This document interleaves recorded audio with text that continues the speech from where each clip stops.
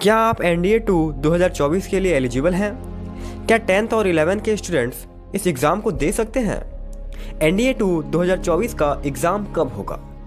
जय हिंद दोस्तों, कैसे हैं? दोस्तों, आज की इस वीडियो में एनडीए 2 2024 के बारे में पूरे डिटेल से जानेंगे। यानी इसका ऑफिशियल नोटिफिकेशन कब आएगा, इसकी एलिजिबिलिटी क्राइटेरिया क्या होगी, एजुकेशन क्वालिफिकेशन क्या होगा, कितना एज लिमिट चाहिए होगा, फिर इसका एग्ज़ाम कब होगा, एग्ज़ाम के लिए सिलेबस क्या क्या होगा और साथ ही प्रीवियस कट ऑफ को भी देखेंगे।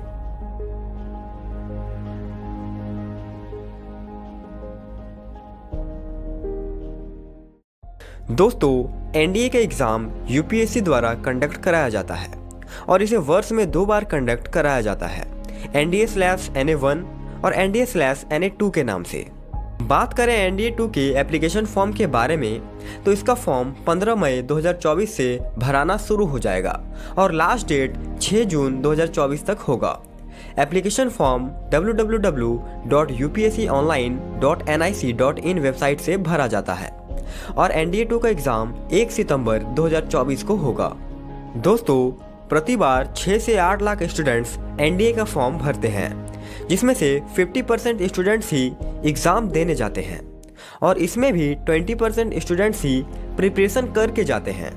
यानी आपका फाइट सिर्फ 80,000 स्टूडेंट्स से ही है। सो आप ज़रूर अच्छे से प्रिपेयर करके जाएं।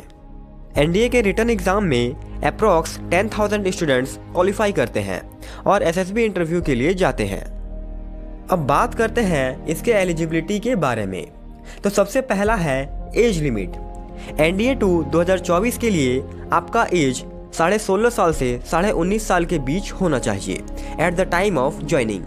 यानी कि अगर आपका जन्म 2 जनवरी 2006 से 1 जनवरी 2009 के बीच है, इंक्लूडिंग बोथ द डेट्स, तो आप एनडीए 2 2024 के लिए एलिजिबल हैं। अब बात करते हैं एजुकेशन क्वालिफिकेशन के बारे में। तो आर्मी विंग्स के लिए आपका 10th + 2 होना चाहिए, चाहे वो आर्ट्स से हो, कॉमर्स से हो या साइंस से हो, तो आप एलिजिबल हैं। नेवी और एयरफोर्स विंग्स के लिए भी 10th + 2 होना चाहिए, लेकिन इसके लिए आपका 10th + 2 में फिजिक्स और मैथ होना कंपलसरी है। बात करें कौन कौन इस एग्ज़ाम के लिए अपियर हो सकते हैं, तो 12th अपियरिंग स्टूडेंट्स इस एग्ज़ाम में अपियर हो सकते हैं, क्योंकि ज्वाइनिंग के समय आपका 12th कंप्लीट हो जाएगा, लेकिन 11th अपियरिंग स्टूडेंट्स इस एग्ज़ाम को नहीं दे सकते।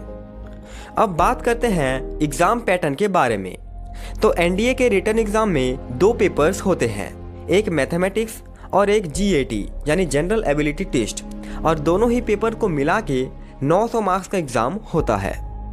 मैथमेटिक्स में टोटल 120 क्वेश्चंस होते हैं, जिसमें एक क्वेश्चन 2.5 मार्क्स का होता है, यानी टोटल 300 मार्क्स, और इसके लिए आपको 2.5 घंटे का समय दिया जाता है। जीएटी में टोटल 150 क्वेश्चन होते हैं, इसमें एक क्वेश्चन 4 मार्क्स का होता है, यानी टोटल 600 मार्क्स, और इसके लिए भी आपको 2.5 घंटे का समय दिया जाता है। और दोनों ही पेपर आपके एक ही दिन में हो जाते हैं, और दोनों ही पेपर में नेगेटिव मार्किंग भी होता है, जो कि 1/3 होता है, यानी 3 गलत आंसर करने पर आपका एक क्वेश्चन जितना मार्क्स कट जाएगा। अब थोड़ा इसका सिलेबस को देखें तो मैथमेटिक्स में 11th और 12th के लगभग टॉपिक से पूछे जाते हैं। इसके टॉपिक्स को आप स्क्रीन पे देख सकते हैं। जीएटी की बात करें तो जीएटी के अंदर 50 क्वेश्चंस इंग्लिश से आते हैं, 50 क्वेश्चन साइंस से आते हैं और 50 क्वेश्चंस आर्ट्स और करंट अफेयर से आते हैं। अब देखते हैं इसके कुछ प्रीवियस कट ऑफ को, ताकि सभी स्टूडेंट्स को एक व्यू मिले कि कितने मार्क्स में उनका सिलेक्शन हो जाएगा। तो एनडीए 1 2024 का कट ऑफ 343 गया था आउट ऑफ 900 मार्क्स। एनडीए 2 2021 का कट ऑफ 355 गया था आउट ऑफ 900 मार्क्स। फिर एनडीए 1 2022 का कट ऑफ 360 मार्क्स गया था आउट ऑफ 900 मार्क्स। एनडीए 2 2022 का कट ऑफ था 316 मार्क्स, यानी इस बार बहुत कम कट ऑफ गया था। इसके बाद एनडीए 1 2023 में 301 मार्क्स कट ऑफ गया था आउट ऑफ 900 मार्क्स। इसका मतलब अगर आप 360 मार्क्स से ऊपर ले आते हैं तो आपका एनडीए 2 2024 का रिटन एग्ज़ाम क्लियर हो जाएगा। और इसके लिए सिर्फ आपको मैथमेटिक्स में 50 क्वेश्चन सही करने होंगे आउट ऑफ 120 क्वेश्चंस और जीएटी में आपको 60 क्वेश्चन सही करने होंगे out of 150 questions. Written exam clear होने के बाद एसएसबी इंटरव्यू होता है जो कि 5 दिनों के लिए होता है।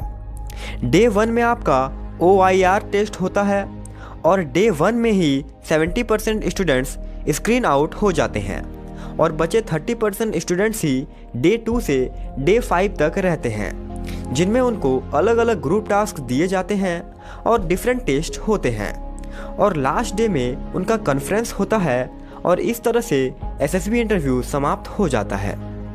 एसएसबी इंटरव्यू का डिटेल वीडियो इसी चैनल पे आएगा, सो बेल आइकन को प्रेस करके रखिएगा। इसके बाद आपका मेडिकल होता है जिसमें मेल और फीमेल का अलग अलग फिजिकल स्टैंडर्ड चाहिए होता है। आर्मी विंग्स में मेल के लिए मिनिमम हाइट 157 सेंटीमीटर चाहिए होता है और फीमेल के लिए 152 सेंटीमीटर चाहिए होता है। नेवी विंग्स में मेल के लिए मिनिमम हाइट 157 सेंटीमीटर चाहिए होता है और फीमेल के लिए 152 सेंटीमीटर चाहिए होता है। एयरफोर्स विंग्स में ग्राउंड ड्यूटी और फ्लाइंग ब्रांच के लिए अलग अलग हाइट चाहिए होता है। ग्राउंड ड्यूटी के लिए मेल को मिनिमम हाइट 157.5 सेंटीमीटर चाहिए होता है, जबकि फीमेल को 152 सेंटीमीटर चाहिए होता है। फ्लाइंग ब्रांच के लिए मेल और फीमेल दोनों का मिनिमम हाइट 162.5 सेंटीमीटर होना चाहिए और इतने सारे चीज़ को क्वालिफाई करने के बाद आपका मेरिट बनता है, जिसमें approximate 400 students national defence academy को ज्वाइन करते हैं, जिसमें मेल और फीमेल दोनों इंक्लूड